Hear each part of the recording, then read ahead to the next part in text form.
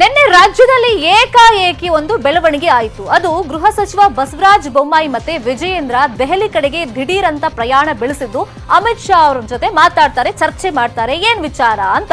ಜಿಂದಾಲ್ ಕಂಪನಿಗೆ 3677 ಎಕರೆ ಭೂಮಿ ಪರಭಾರೆ ವಿಚಾರವಾಗಿ ರಾಜ್ಯ ಸರ್ಕಾರದ ನಿರ್ಧಾರಕ್ಕೆ ಹೈಕಮಾಂಡ್ ಸಿಡಿಮಿಡಿಗೊಂಡಿದೆ. ಖುದ್ದು ದೆಹಲಿಗೆ ಬರುವಂತೆ ಸಿಎಂ ಬಿಎಸ್ವೈಗೆ ಇದೀಗ ಹೈಕಮಾಂಡ್ ಸೂಚನೆಯನ್ನ ಕೊಟ್ಟಿದೆ ಅನ್ನೋ ವಿಚಾರ ಗೊತ್ತಾಗಿದೆ. ದೆಹಲಿಗೆ ಬಸವರಾಜ ಬೊಮ್ಮಾಯಿ ಮತ್ತೆ ವಿಜಯೇಂದ್ರ ಅವರನ್ನ ಕಳಿಸ್ಕೊಟ್ಟಿದ್ರು ಸಿಎಂ. ನಿನ್ನೆ ಇವ್ರುಗಳು ದೆಹಲಿಗೆ ಹೋಗಿದ್ರು. ಇವತ್ತು ಭೇಟಿ ಸಾಧ್ಯವಾಗಿದೆ. ಒಂದು ಮಾಹಿತಿ ಪ್ರಕಾರ ನಿನ್ನೆ ಸಂಜೆ 6 ಗಂಟೆಗೆ ಇವರು ಮೀಟ್ ಮಾಡಬೇಕಿತ್ತು, ಅಪಾಯಿಂಟ್ಮೆಂಟ್ ಎಲ್ಲ ಸಿಕ್ಕಿದೆ ಅಂತ ಹೇಳಲಾಗ್ತಾ ಇತ್ತು. ನಿನ್ನೆನೆ ಇವ್ರುಗಳು ಹೋಗಿದ್ರು ಕೂಡ ಇವತ್ತು ಅಮಿತ್ ಶಾ ಅವರನ್ನ ಭೇಟಿ ಮಾಡೋದಕ್ಕೆ ಅವಕಾಶ ಸಿಕ್ಕಿರೋದು. ಭೇಟಿ ವೇಳೆ ಭೂಮಿ ಹಂಚಿಕೆಗೆ ಸ್ಪಷ್ಟನೆಯನ್ನ ಅಮಿತ್ ಶಾ ಕೇಳಿದ್ದಾರೆ. ಭೂಮಿ ಹಂಚಿಕೆ ಮಾಹಿತಿಯನ್ನ ಪರಿಶೀಲಿಸಿ ಸಿಎಂಗೆ ಬುಲಾವ್ ಕೊಟ್ಟಿದ್ದಾರೆ. ಸಿಎಂ ಬಿಎಸ್ವೈ ನಡೆಗೆ ಸಾಕಷ್ಟು ಆಕ್ರೋಶವನ್ನ ಅಮಿತ್ ಶಾ ವ್ಯಕ್ತಪಡಿಸಿದ್ದಾರೆ ಅನ್ನೋ ವಿಚಾರ ಗೊತ್ತಾಗ್ತಾ ಇದೆ. ಇನ್ನು ಪ್ರತಿಪಕ್ಷಗಳು ಕೂಡ ಇದೇ ವಿಚಾರವಾಗಿ ಯಾವಾಗ ಈ ತರ ಭೂಮಿ ಪರಭಾರೆ ಆಗುತ್ತೆ ಅಂತ ಗೊತ್ತಾಯಿತು ಸಾಕಷ್ಟು ಆಕ್ರೋಶವನ್ನ ವ್ಯಕ್ತಪಡಿಸಿದ್ವು. ಬೆಲೆ ಬಾಳುವಂತ ಭೂಮಿಯನ್ನ ಈಗ ಎಕರೆಗೆ ಕೇವಲ 1.28 ಲಕ್ಷಕ್ಕೆ ಇವರು ಪರಭಾರೆ ಮಾಡ್ತಾ ಇದ್ದಾರೆ. ಅಂದ್ರೆ ಇಲ್ಲಿ ಏನೋ ಡೀಲಿಂಗ್ ಆಗಿದೆ ಅಂತ ವಿಪಕ್ಷದವರು ಆಗ್ಲೇ ಆರೋಪವನ್ನ ಮಾಡಿದ್ರು. ಇದು ಯಾವಾಗ ಹೈಕಮಾಂಡ್ ಮಟ್ಟಕ್ಕೆ ಹೋಯ್ತು, ವಿಚಾರ ತಲುಪ್ತು, ಖುದ್ದಾಗಿ ಬಿಎಸ್ವೈಯೇ ಬರಬೇಕು ಅಂತ ಅಮಿತ್ ಶಾ ಬುಲಾವನ್ನ ಕೊಟ್ಟಿದ್ರು. ಆದ್ರೆ ಅವರು ಪರವಾಗಿ ಬಸವರಾಜ ಬೊಮ್ಮಾಯಿ ಮತ್ತೆ ವಿಜಯೇಂದ್ರ ಹೋಗಿದ್ರು.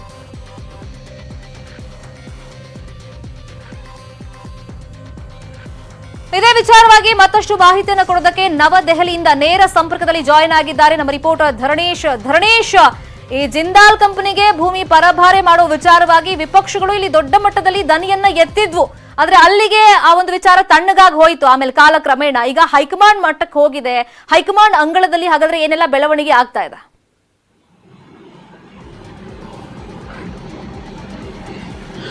ಈಗ ನಿನ್ನೆ ಗೃಹ ಸಚಿವ ಬಸವರಾಜ ಬೊಮ್ಮಾಯಿ ಮತ್ತು ಬಿವೈ ವಿಜಯೇಂದ್ರ ಯಡಿಯೂರಪ್ಪ ಅವರ ಸಿಎಂ ಯಡಿಯೂರಪ್ಪ ಪುತ್ರ ಬಿವೈ ವಿಜಯೇಂದ್ರ ಇಬ್ರು ಕೂಡ ದೆಹಲಿಗೆ ಬಂದಿದ್ರು. ಆಕ್ಚುಲಿ ನಮಗೆ ಬರ್ತಿರುವಂತಹ ಮಾಹಿತಿಗಳ ಪ್ರಕಾರ ಕೇಂದ್ರ ಗೃಹ ಸಚಿವ ಅಮಿತ್ ಶಾ ಅವರು ಯಡಿಯೂರಪ್ಪ ಅವರನ್ನೇ ನೀವೇ ದೆಹಲಿಗೆ ಬನ್ನಿ ಅನ್ನುವಂತಹ ನಿರ್ದೇಶನವನ್ನು ನೀಡಿದ್ರು. ಆದರೆ ಯಡಿಯೂರಪ್ಪ ತಮ್ಮ ಪರವಾಗಿ ಗೃಹ ಸಚಿವ ಬಸವರಾಜ ಬೊಮ್ಮಾಯಿ ಮತ್ತು ತಮ್ಮ ಪುತ್ರ ವಿಜಯೇಂದ್ರ ಅವರನ್ನ ಕಳಿಸಿಕೊಟ್ಟಿದ್ರು ಅನ್ನುವಂತಹ ಮಾಹಿತಿಗಳು ಲಭ್ಯ ಆಗಿದ್ದಾವೆ. ಈ ಬಗ್ಗೆ ಕೂಡ ಅಸಮಾಧಾನ ಹೊಂದಿದ್ದಂತಹ ಅಮಿತ್ ಶಾ ಇವರಿಬ್ಬರನ್ನು ಒಂದು ದಿನ ಕಾಯಿಸಿ, ನೆನ್ನೆ ಬಂದಿದ್ದಂತಹ ಬೊಮ್ಮಾಯಿ ಅವರು ಮತ್ತೆ ವಿಜಯೇಂದ್ರ ಅವರನ್ನ ಒಂದು ದಿನ ಕಾಯಿಸಿ ಇವತ್ತು ಭೇಟಿಗೆ ಅವಕಾಶ ಮಾಡಿಕೊಟ್ಟಿದ್ದಾರೆ ಅಂತೇಳಿ ಗೊತ್ತಾಗಿದೆ. ಈ ಭೇಟಿ ವೇಳೆ ಬಹಳ ಮುಖ್ಯವಾಗಿ ಚರ್ಚೆ ಆಗಿರುವಂತದ್ದು ಜಿಂದಾಲ್ಗೆ ಭೂಮಿ ಕೊಟ್ಟಿರುವಂತಹ ವಿಷಯ.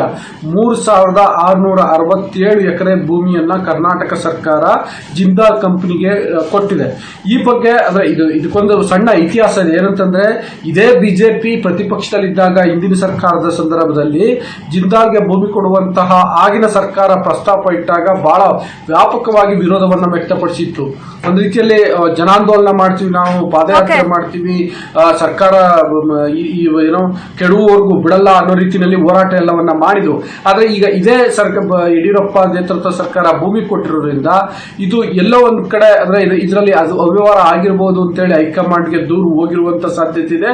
ಅದರಲ್ಲೂ ಮುಖ್ಯವಾಗಿ ಸ್ವಪಕ್ಷದಿಂದ ದೂರ ಹೋಗಿರುವಂತಹ ಸಾಧ್ಯತೆಗಳು ಬಹಳ ದಟ್ಟವಾಗಿವೆ. ಇದೇ ಕಾರಣಕ್ಕೆ ಇವತ್ತು ಕರೆಸಿ ಸ್ಪಷ್ಟೀಕರಣವನ್ನ ಪಡ್ಕೊಂಡಿದ್ದಾರೆ ಅನ್ನುವಂತ ಮಾಹಿತಿಗಳು ಲಭ್ಯ ಆಗ್ತಿದ್ದಾವೆ. ಇನ್ನು ಕೂಡ ಡೀಟೇಲ್ ಆದಂತಹ ಮಾಹಿತಿಗಳು ಬರಬೇಕಿದೆ ಅನ್ನುವಂತ ಸದ್ಯಕ್ಕೆ ಸ್ಪಷ್ಟೀಕರಣವನ್ನ ಪಡ್ಕೊಂಡಿದ್ದಾರೆ. ಜೊತೆಗೆ ಒಂದು ಅಸಮಾಧಾನವನ್ನು ಹೊರಹಾಕಿದ್ದಾರೆ ಅಂತೇಳಿ ಗೊತ್ತಾಗಿದೆ. ಈಗ ಥ್ಯಾಂಕ್ ಯು ಧರಣೇಶ್ ತಮ್ಮ ಇನ್ಫಾರ್ಮೇಶನ್ಗೆ. ಕೊರೋನಾ ಕಿತ್ಕೊಂಡು ಹೋಗ್ತಾ ಇದೆ, ದಿನೇ ದಿನೇ ಹೆಚ್ಚಾಗ್ತಿದೆಯೇ ಹೊರತು ಕಡಿಮೆ ಆಗುವಂತ ಲಕ್ಷಣಗಳು ಕಾಣ್ತಾ ಇಲ್ಲ. ಆದ್ರೆ ಸರ್ಕಾರ ಮಾಡ್ತಿರೋದು ಮಾತ್ರ ಕಾಟಾಚಾರದ ಲಾಕ್ಡೌನ್. ಜನತಾ ಕರ್ಫ್ಯೂ ನಿಯಮಗಳನ್ನೇ ಕೊಂಚ ಬಿಗಿಗೊಳಿಸಿ ಕಂಟ್ರೋಲ್ ಮಾಡ್ತೀವಿ ಅಂತ ಹೇಳ್ತಾ ಇದ್ದಾರೆ. ಆದ್ರೆ ಆಗ್ತಿರೋದನ್ನೆಲ್ಲ ನೋಡ್ತಾ ಇದ್ರೆ ಏನು ಪ್ರಯೋಜನ ಇಲ್ಲ ಅಂತ ಅನಿಸ್ತಾ ಇದೆ.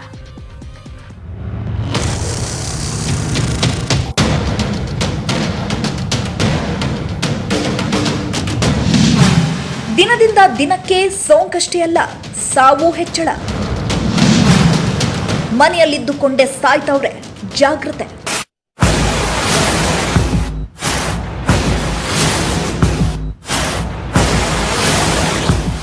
ರಾಜ್ಯದಲ್ಲಿ ಕೊರೋನಾ ಸಾವಿನ ಸುನಾಮಿ.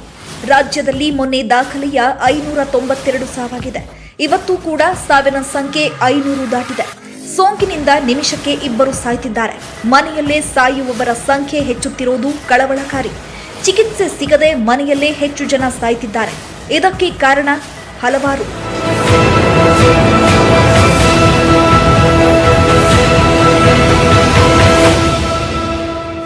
ಮನೆಯಲ್ಲೇ ಸಾವು, ಕೋವಿಡ್ ಪರೀಕ್ಷೆಯಲ್ಲಿ ವಿಳಂಬ, ರಿಪೋರ್ಟ್ ಬರುವ ವೇಳೆಗೆ ಗಂಭೀರ, ಆಸ್ಪತ್ರೆಗಳಲ್ಲಿ ಬೆಡ್, ಆಕ್ಸಿಜನ್ ಸಮಸ್ಯೆ, ಹೋಮ್ ಐಸೋಲೇಷನ್ ಸರಿಯಾಗಿಲ್ಲ, ಮನೆಯಲ್ಲಿದ್ದವರಿಗೆ ಚಿಕಿತ್ಸೆ ಸಿಗ್ತಿಲ್ಲ, ಆಕ್ಸಿಜನ್ ಮಟ್ಟ ಕುಸಿಯೋದು ಗೊತ್ತಾಗ್ತಿಲ್ಲ, ತೀವ್ರ ಅಸ್ವಸ್ಥರಾದಾಗ ಆಸ್ಪತ್ರೆಯತ್ತ ದೌಡು, ಆಸ್ಪತ್ರೆಗಳಲ್ಲಿ ಬೆಡ್ಗಳು ಸಿಗದೆ ಸಾವು.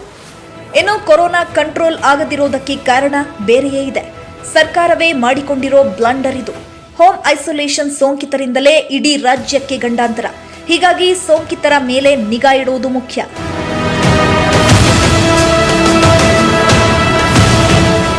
ಕೊರೋನಾದಿಂದ ಸಾವು ಹೆಚ್ಚಾಗುತ್ತಿದ್ದಂತೆ ಸರ್ಕಾರ ಅಲರ್ಟ್ ಆಗಿದೆ.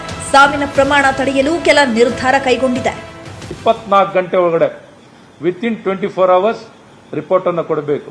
ಯಾರು 24 ಗಂಟೆ ಒಳಗಡೆ ರಿಪೋರ್ಟ್ ಕೊಡಲ್ಲ, ಅವ್ರು ಯಾರು ಲ್ಯಾಬ್ ಅಲ್ಲಿ ನಮಗೆ ತಡವನ್ನು ಮಾಡ್ತಾರೆ, ಪ್ರತಿ ಟೆಸ್ಟಿಗೆ 100 ರಿಂದ 150 ರೂಪಾಯಿ ಅವರಿಗೆ ದಂಡ ಹಾಕುವಂತದ್ದಾಗುತ್ತೆ. ಪ್ರತಿ ಟೆಸ್ಟಿಗೆ ಇವತ್ತು ಎಲ್ಲರಿಗೂ ಎಲ್ಲಾ ಪ್ರಾಥಮಿಕ ಆರೋಗ್ಯ ಕೇಂದ್ರಗಳಲ್ಲೂ ಯಾವುದೇ ಔಷಧಿ ಮಾತ್ರೆ, ನಮ್ಮ ಸೋಂಕಿತರಿಗೆ ಏನೇ ಔಷಧಿ ಮಾತ್ರೆ ಬೇಕಿದ್ರು ಎಲ್ಲಾ ರೀತಿಯಾದಂತಹ ಔಷಧಿ ಮಾತ್ರೆಗಳನ್ನ ಸಂಪೂರ್ಣವಾಗಿ ಒದಗಿಸಲಿಕ್ಕೆ ಈಗಾಗಲೇ ಪ್ರಾರಂಭವನ್ನು ಮಾಡಿರುವಂತದ್ದಿದೆ. ಕೋಟೆ ಬಾಗಿಲು ಬಂದ್ ಮಾಡ್ಕೊಂಡವ್ರೆ ನಾಡದೊರೆ. ಸಮಸ್ಯೆ ಹೇಳಿಕೊಳ್ಳೋದಕ್ಕೂ ನಮ್ ಸಿಎಂ ಸಿಗಲ್ಲ. ರಾಜ್ಯದ ಸ್ಥಿತಿ ಅಧೋಗತಿಯಾಗಿದ್ರು ಸಿಎಂ ಯಡಿಯೂರಪ್ಪ ಮಾತ್ರ ಸಮಸ್ಯೆ ಹೇಳ್ಕೊಂಡು ನಮ್ಮ ಮನೆ ಹತ್ತಿರ ಬರಲೇಬೇಡಿ ಅಂತವ್ರೆ. ಮೊನ್ನೆ ಮನೆ ಸುತ್ತಲಿನ ರಸ್ತೆಗಳನ್ನ ಬಂದ್ ಮಾಡಿಸಿದ್ರು. ಇವತ್ತು ಇನ್ನೂ ಒಂದು ಹೆಜ್ಜೆ ಮುಂದೆ ಹೋಗಿ ಮನೆ ಸಂಪರ್ಕ ಮಾಡೋ ಎಲ್ಲ ರಸ್ತೆಗಳನ್ನೇ ಬಂದ್ ಮಾಡಿಸವ್ರೆ. ಬೆಡ್ ಸಿಗ್ಲಿಲ್ಲ ಅಂತ ಇವತ್ತು ಒಬ್ರು ಬಂದಿದ್ರು. ಅವರ ಸಮಸ್ಯೆ ಕೇಳೋದನ್ನ ಬಿಟ್ಟು ಎಲ್ಲ ಬಂದ್ ಮಾಡಿಕೊಂಡು ಒಳಗೆ ಸೇರ್ಕೊಂಡವ್ರೆ ಸಿಎಂ ಸಾಹೇಬ್ರು.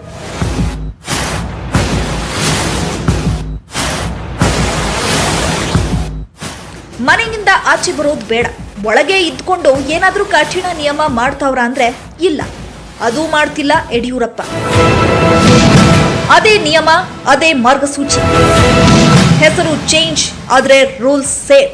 ಸೋಮವಾರದಿಂದ ಮಾಡ್ತೀವಿ ಅಂತಿರೋ ಲಾಕ್ಡೌನ್ ಅದು ಲಾಕ್ಡೌನ್ ಅಲ್ಲ, ಬದಲಾಗಿ ಜನತಾ ಕರ್ಫ್ಯೂವಿನ ಮುಂದುವರೆದ ಬಿಗಿ ಕ್ರಮ ಅಷ್ಟೇ. ಲಾಕ್ಡೌನ್ ಜಾರಿಯಲ್ಲೂ ಎಡವಟ್ಟು ಮಾಡಿಕೊಳ್ತಿದೆ ಸರ್ಕಾರ. ಲಾಕ್ ಮಾಡ್ತೀವಿ ಅಂದಿದ್ದೇ ತಡ ಜನ ಅಗತ್ಯ ವಸ್ತುಗಳ ಖರೀದಿಗೆ ಮುಗಿಬಿದ್ದಿದ್ರು. ಬೆಂಗಳೂರಿನ ಕೆಆರ್ ಮಾರ್ಕೆಟ್, ಯಶವಂತಪುರ ಗಿಜಿಗುಡ್ತಿತ್ತು.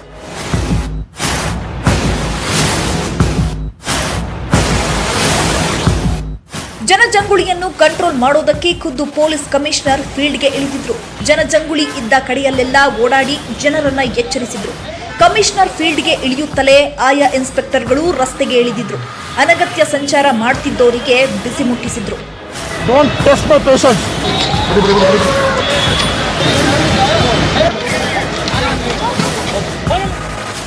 ಲಾಕ್ಡೌನ್ ಮಾಡ್ತಾ ಇದೀವಿ, ಮಾಡ್ತಾ ಇದ್ದಾರೆ. ಈಗ ಸರ್ಕಾರದಿಂದ ಆಗ್ತಾ ಇದೆ. ಇದು ಅನಿವಾರ್ಯ ಆಗೋ ಕಾರಣದಿಂದ ಜನ ಸಹಾಯ ಮಾಡಬೇಕು. ಸುಮ್ಮನೆ ಒಂದೊಂದು ಕಾಗದ, ಒಂದು ಪತ್ರ, ಒಂದು ಇಟ್ಕೊಂಡು ಹೊರಗೆ ಬರೋಕ್ಕೆ ಪ್ರಯತ್ನ ಪಟ್ಟಿದ್ರೆ ಬರೀ ಗಾಡಿ ಮಾತ್ರ ಸೀಸ್ ಮಾಡಲ್ಲ, ಅವಶ್ಯಕತೆ ಬಂದಾಗ ಅವ್ರಿಗೆ ಕೂಡ ಅರೆಸ್ಟ್ ಮಾಡಬೇಕಾಗುತ್ತದೆ.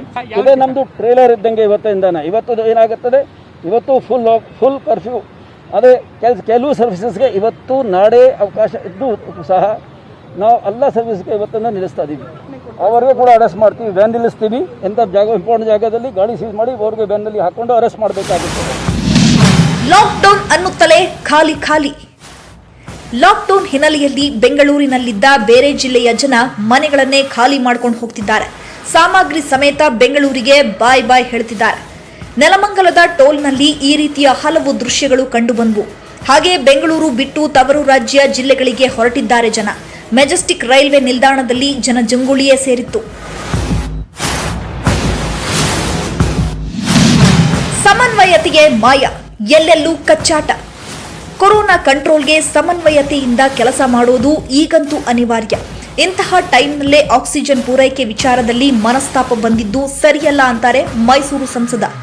ಈಗ ಮತ್ತೆ ಮಂಡ್ಯದಿಂದ ಹಾಗೂ ಚಾಮರಾಜನಗರದಿಂದ ಆಕ್ಸಿಜನ್ಗೆ ಅಂತ ಬರುವಂಥದ್ದು ನಮ್ಮಲ್ಲಿ ಕೊರತೆ ಇದೆ ಅಂತ ಹೇಳಿ ನಾವು ಕೂಡ ಇದು ನಮಗೆ ಬೇಕು ಅಂತ ನಾವು ಹೇಳುವಂಥದ್ದು. ಮಂಡ್ಯ ಮತ್ತು ಚಾಮರಾಜನಗರ ಎರಡೂ ಕೂಡ ಮೈಸೂರಿಗೆ ಸೋದರ ಜಿಲ್ಲೆಗಳು. ನಮ್ಮ ಮಧ್ಯದಲ್ಲಿ ಒಂದು ಅವಿನಾಭಾವ ಸಂಬಂಧ ಇದ್ದೇವೆ. ನಿಮ್ಮ ಕೋಟಾ ಫಿಕ್ಸ್ ಮಾಡಿ ಲಿಕ್ವಿಡ್ ತನ್ನಿ ತಗೊಂಡೋಗಿ, ನಮಗೇನು ತೊಂದರೆ ಇಲ್ಲ.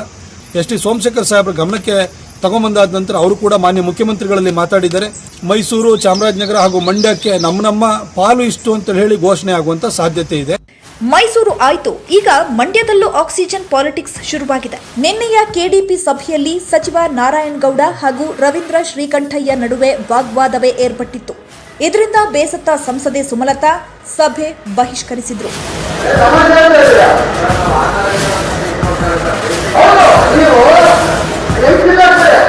ಬೇರೆ ಟೈಮಲ್ಲಿ ರಾಜಕಾರಣ, ಇಂಥ ಟೈಮಲ್ಲೂ ಮಾಡ್ತಾ ಕೂತ್ರೆ ನನಗೆ ಒಂಥರ ರಕ್ತ ಕುದೀತಾ ಇದೆ. ಇದನ್ನು ನೋಡಿ ಯಾರ್ಯಾರ ಪ್ರಯತ್ನ ಅವ್ರು ಮಾಡ್ಬೇಕ್ರಿ. ಅವರೆಲ್ಲರೂ ನನಗಿಂತ ಸೀನಿಯರ್ಸು ಪಾಲಿಟಿಕ್ಸಲ್ಲಿ. ವಿಶ್ವಾಸನ ಅವರು ಎಂಜಾಯ್ ಮಾಡ್ತಿದ್ದಾರೆ ಇಷ್ಟೊಂದು ವರ್ಷಗಳು. ಏನು ಮಾಡ್ತಿದ್ರು, ಒಂದು ಸೊಲ್ಯೂಷನ್ ಬಂತ ಅವ್ರ ಮಾತುಗಳಿಂದ.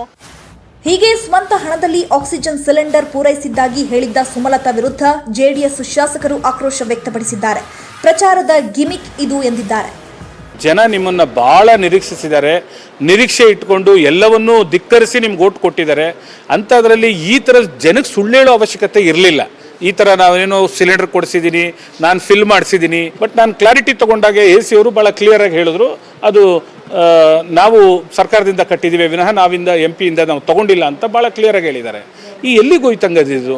ಒಬ್ಬರು ಜವಾಬ್ದಾರಿಯುತವಾಗಿರೋ ಸಂಸದರು ಈ ಥರ ಸುಳ್ಳು ಹೇಳಿ ಜನಕ್ಕೆ ನಂಬಿಸೋ ಅವಶ್ಯಕತೆ ಏನಿದೆ? ಇಡೀ ಮಂಡ್ಯ ಜಿಲ್ಲೆ ಜನ ನಿಮ್ಮ ಪರವಾಗಿ ನಂಬ್ಕೊಂಡಿದ್ರು. ನೀವು ಸಿಲಿಂಡರ್ ಕೊಡ್ತೀನಿ ಅಂತ ಹೇಳಿ ಸುಳ್ಳು ಕೊಟ್ಟು ನಾವು ಕೊಟ್ಟಿದ್ದೀನಿ ಅಂತ ಬೇರೆ ಹೇಳಿದಿರಿ. ಅವ್ರು ಯಾವುದೇ ಸಿಲಿಂಡರ್ನ ಕೊಟ್ಟಿಲ್ಲ. ನಮಗೆ ಸರ್ಕಾರದಿಂದ ಏನು ಆಕ್ಸಿಜನ್ ಅಲಾಟ್ ಆಗಿದೆ ಅದರಲ್ಲೇ ನಾನು ಕೊಟ್ಟೆ ಅಂತ ಹೇಳ್ತಾ ಇರ್ತಕ್ಕಂಥದ್ದು. ನಾವು ಯಾವುದೇ ದುಡ್ಡನ್ನು ಕಲೆಕ್ಟ್ ಮಾಡಿಲ್ಲ ಅಂತಕ್ಕಂಥದ್ದು ತಮ್ಮ ಮುಂದೆನೇ ಅಧಿಕಾರಿಗಳು ಹೇಳಿದ್ರು, ಮಾನ್ಯ ಮಂತ್ರಿಗಳು ಒಪ್ಕೊಂಡ್ರು. ಯಾಕೆ ನಾಟಕಗಳು ಇಂಥ ಸಂದರ್ಭದಲ್ಲಿ? ನಮಗೆ ಜನ ಕೇಳ್ತಾ ಇದ್ದಾರೆ, ಅವ್ರು ತರ್ತಾ ಇದ್ದಾರೆ, ನಿನ್ನ ಕೈಲಿ ಯಾಕೆ ಆಕ್ಸಿಜನ್ ತರಕ್ಕೆ ಆಗ್ತಾ ಇಲ್ಲ ಅಂತಕ್ಕಂಥ ಪ್ರಶ್ನೆ ನಾವೇನು ಉತ್ತರ ಕೊಡಬೇಕು? ದಯವಿಟ್ಟು ಇಂಥ ಈ ಚೀಪ್ ಪಾಪ್ಯುಲಾರಿಟಿಗೆ ತಾವು ಹೋಗಬೇಡಿ. ಹೀಗೆ ಊರೆಲ್ಲ ಸಾಯೋವಾಗ ಸಿಎಂ ಮನೆ ಸೇರ್ಕೊಂಡವ್ರೆ, ಬೇರೆಯವರು ಕಿತ್ತಾಡ್ತವ್ರೆ. ಆದ್ರೆ ಜನ ಮಾತ್ರ ಸಾಯೋ ತಪ್ಪಿಲ್ಲ. ಸೊ ಕಷ್ಟ ಬಂದಾಗ ಯಾರಿಗೆ ಯಾರೂ ಆಗಲ್ಲ. ನಿಮ್ಮ ಆರೋಗ್ಯ ನಿಮ್ಮ ಕೈನಲ್ಲಿದೆ, ಹುಷಾರಾಗಿರಿ. Bureau report, news 18 Kannada. ಮತ್ತಷ್ಟು ಸುದ್ದಿ ನೋಡೋಣ ಬ್ರೇಕ್ ಆದ್ಮೇಲೆ. ಬೆಡ್ ಬ್ಲಾಕ್ ಮಾಡ್ತಾ ಇದ್ದ ದಂಧೆಯ ತನಿಖೆ ಇನ್ನೂ ನಡೀತಾನೆ ಇದೆ. ಪ್ರತಿಷ್ಠಿತ ಆಸ್ಪತ್ರೆಗಳಲ್ಲಿ ಪೊಲೀಸರು ಹುಡುಕಾಡ್ತಾ ಇದ್ದಾರೆ. ಇಡೀ ಕೇಸ್ಗೆ ಕೋಮು ಬಣ್ಣ ಬಳಿದ ತೇಜಸ್ವಿ ಸೂರ್ಯಗೆ ಕಾಂಗ್ರೆಸ್ ಶಾಕ್ ಕೊಟ್ಟಿದೆ. ಪ್ರತಿಷ್ಠಿತ ಆಸ್ಪತ್ರೆಗಳಲ್ಲಿ ಜಾಲಾಟ, ಬ್ಲಾಕಿಂಗ್ಗಳಿಗಾಗಿ ಸಿಸಿಬಿ ಹುಡುಕಾಟ.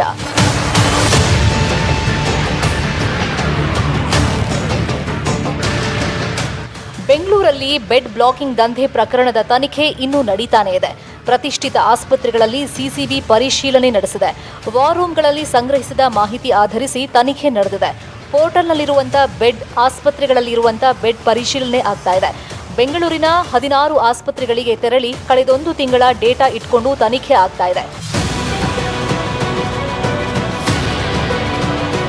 ಬಿಜೆಪಿ ನಾಯಕರೇ ಕಿಂಗ್ ಪಿನ್ಗಳು, ಕಪಟ ನಾಟಕ ಸೂತ್ರಧಾರಿಯೇ ಸೂರ್ಯ.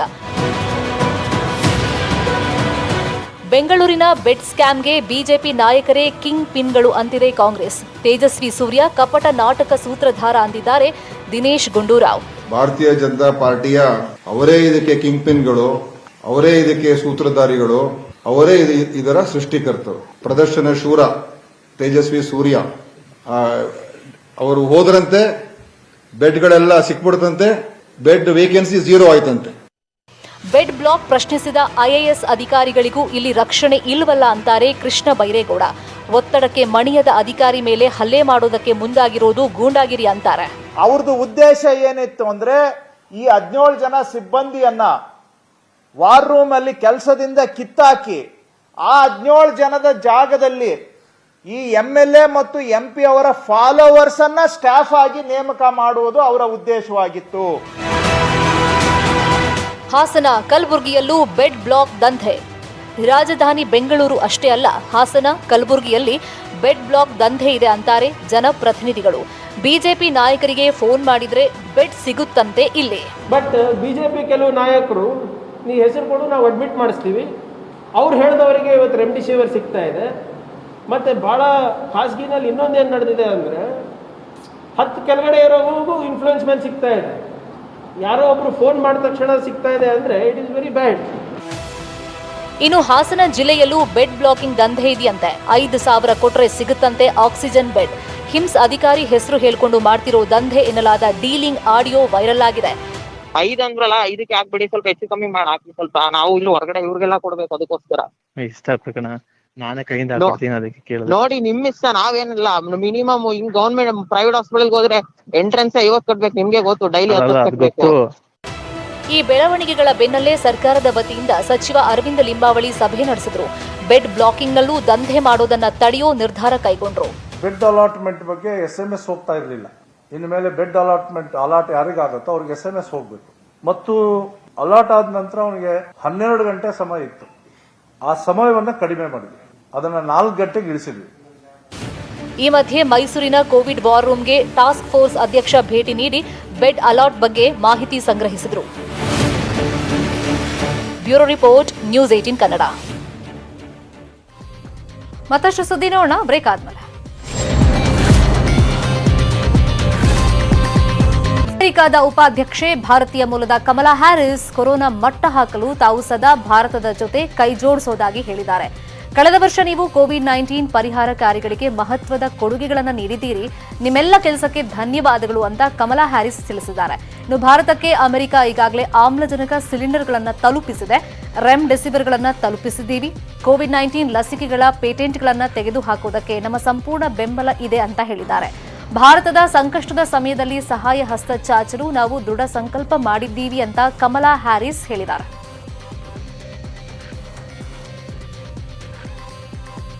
I am honored to be with you. For years, diaspora groups like India-Aspera and the American India Foundation have built bridges between the United States and India. And this past year, ಇದು ಇವತ್ತಿನ ಅಗ್ರ ರಾಷ್ಟ್ರೀಯ ವಾರ್ತೆ. ನೋಡ್ತಾರೆ news 18 Kannada. ಜಾಲ ನಮ್ಮದು, ಬಲ ನಿಮ್ಮದು.